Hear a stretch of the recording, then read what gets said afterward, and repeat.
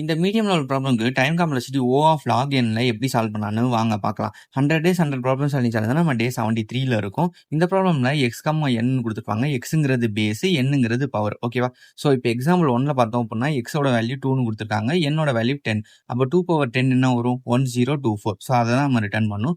Example 2ல பார்த்தோம் அப்படின்னா 2.1 கொடுத்துருக்காங்க. அதோட பவர் 3. ஸோ அதோட வேல்யூ என்ன வருதோ அதை தான் நம்ம ரிட்டர்ன் பண்ணணும். இப்போ எக்ஸாம்பிள் 3ல 2ன்னு கொடுத்துருக்காங்க. பவர் வந்து மைனஸ்ல கொடுத்துருக்காங்க. இப்போ நார்மலா எக்ஸ் பவர் -2 அப்படின்னு கொடுத்தா நம்ம எப்படி சால்வ் பண்ணுவோம்?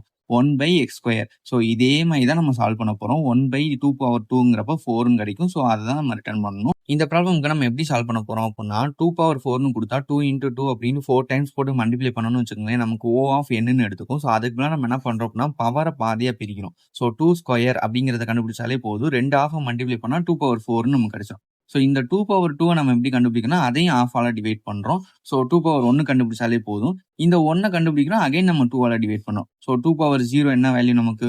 1. இதை அப்படியே ரிட்டர்ன் பண்றதுக்கு முன்னாடி இப்போ 2 பவர் 1ல இருக்கிறது 1 வந்து ஆட் நம்பர். ஓகேவா? ஸோ ஆட் நம்பருக்கு நம்ம பேஸ் வேல்யூவை ஒரு தடவை மல்டிப்ளை பண்ணணும். ஸோ இப்போ ஒரு ஆஃபோட வேல்யூ பார்த்தீங்கன்னா 1 × 1 தென் வந்து பேஸ் வேல்யூ போட்டுரும். ஸோ ஃபைனலாக நமக்கு 2ன்னு கிடைக்கும். இப்போ 2 பவர் 2 நம்ம 2 ஆஃபாக மல்டிப்ளை பண்ணணும். கரெக்டா? ஸோ அப்போ 2 × 2ங்கிறப்ப 4ன்னு கிடைச்சிரும். ஸோ இப்போ 2 பவர் 4க்கு நம்ம 2 ஆஃப் மல்டிப்ளை பண்ணணும். 4ங்கிறது ஈவன் வேல்யூ தான். ஸோ அதனால நம்ம வந்து பேஸை மல்டிப்ளை பண்ண தேவையில்ல. 4 மட்டும் 2 தடவை மல்டிப்ளை பண்ணாலே போதும். நமக்கு 16 வேல்யூ கிடைச்சிரும்.